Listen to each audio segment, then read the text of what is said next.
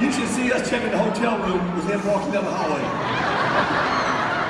You know, I love it because when we go to these hotels, we just do this for fun. It says no pets allowed. So we have time to stop there. The penguin walks like that. He carries that other bento rod. Somebody leaves a cheetah in my leash like this. And I have a parrot. I have a ball head on me. You don't know who I am. And I go up to the desk and I go, excuse me, I need 4 rooms for our animals. If you're not out of here, we'll call the police in the next 5 minutes.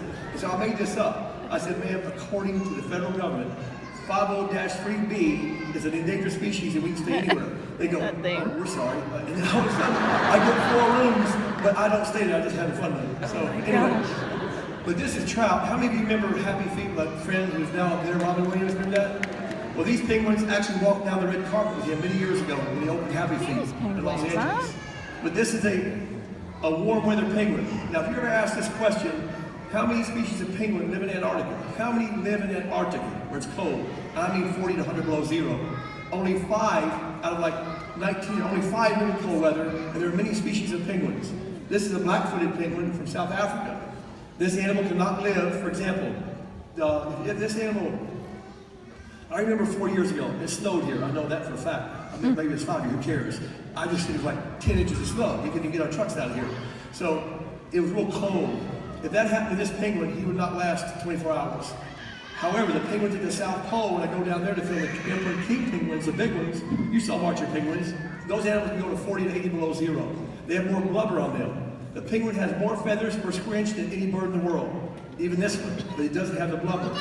The animals, these eat fish. The ones in Antarctica eat krill, a little shrimp-like thing. They also are monogamous. They mate for life. And you may say, what's the big deal? Well, if you go to Antarctica, in some of these places I filmed the penguin, there are tens of thousands on these icebergs. This is an iceberg, like I might be on as big as this room here, and that's not a big one. There might be 10,000 penguins on there. And they'll come up to you like this and just walk around you because they have no fear of man. No one has ever really hunted a penguin for meat because back in the 1800s, when Shackleton came across from England and got stuck on Antarctica for the winter, they ran out of food. And they tried some to consume the penguin. Everybody got sick. Some books say that someone died. So at that point around the world, no one had touched the penguin. But what happens to the penguin today, people collect the eggs, they also use the feathers. So the animal is, in some places, an endangered creature. Again, this is from South Africa. You also have the Galapagos penguin, who I just got through filming.